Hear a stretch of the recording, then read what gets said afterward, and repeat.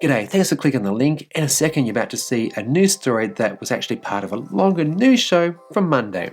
If you want to see more content like this, consider subscribing. Think about joining me over here on Patreon. Otherwise, enjoy.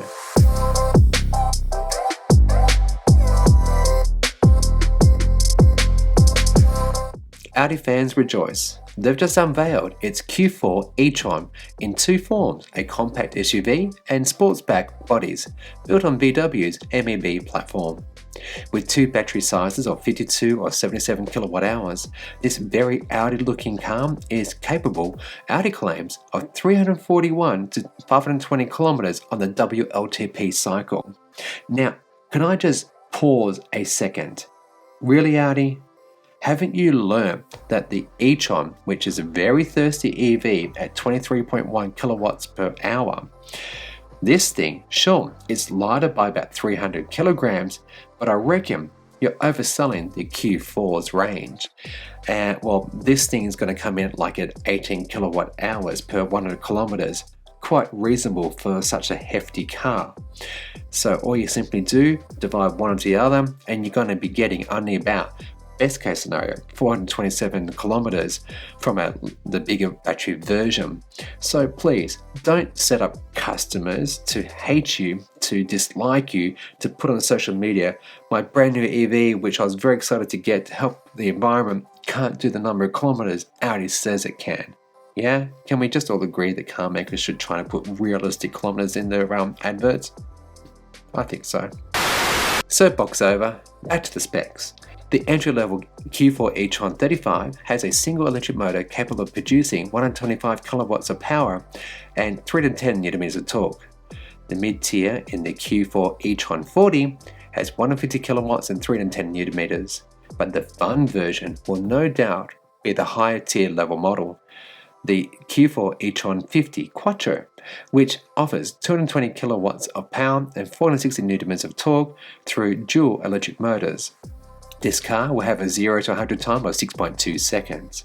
On board, you've got a charger that's actually able to accept 100 kilowatts to 125 kilowatts for the 40 and 50 Quattro models. To me, this car certainly ticks a lot of boxes, particularly in the interior.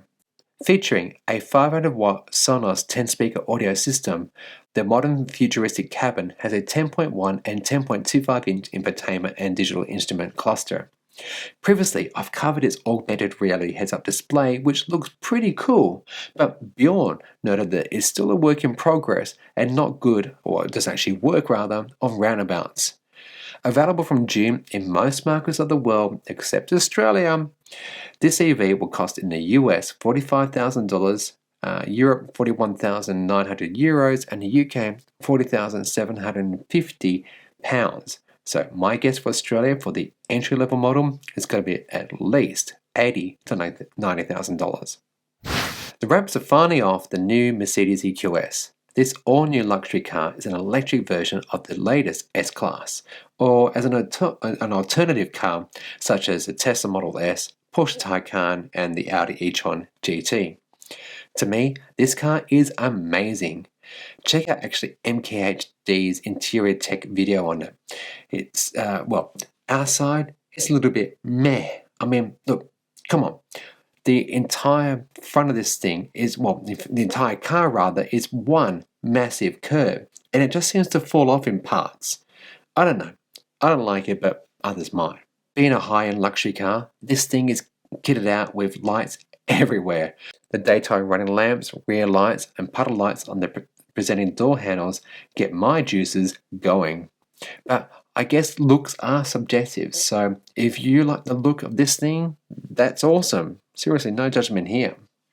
On the inside, the Mercedes EQS has one of the most futuristic interiors I have ever seen in a car.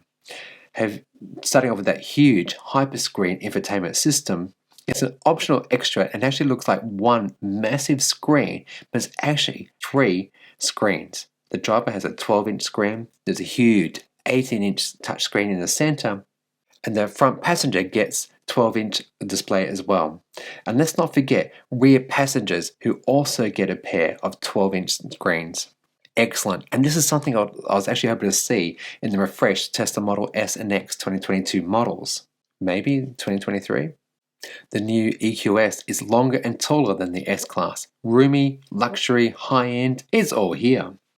Seats that are 8 ways adjustable. They have 10 different massage programs. The doors automatically open and they close when you put your foot on the brake. Tesla Model X, anybody?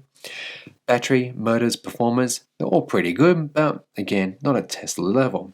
The Mercedes EQS will come with a 108 kilowatt-hour battery as standard, which gives it 764 kilometers of range.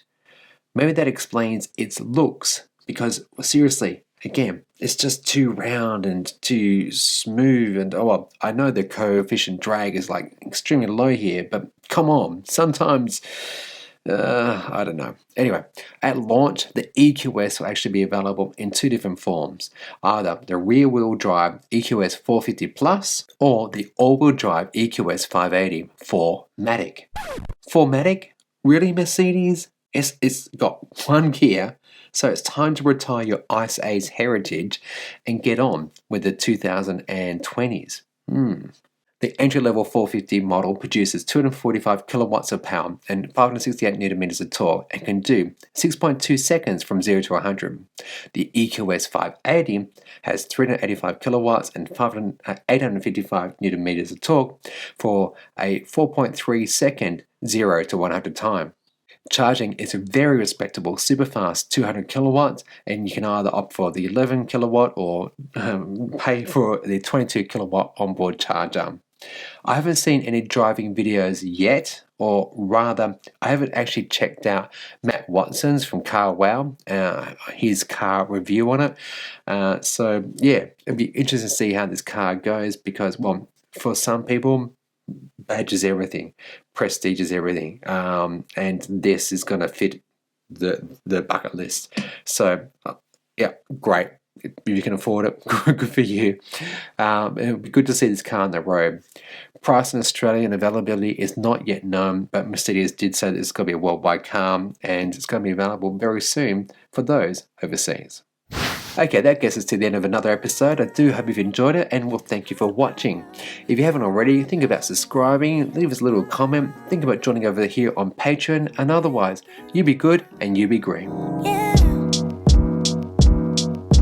I was born in the city, I was raised on its edges. My pop worked his life when it's complex. I found love in its center. If I could live here forever, think it'd be for the better. I love the weather, even though it's fog 24/7. I love the people, this is city. I met all my best friends, and I wanna thank every break. I wanna thank every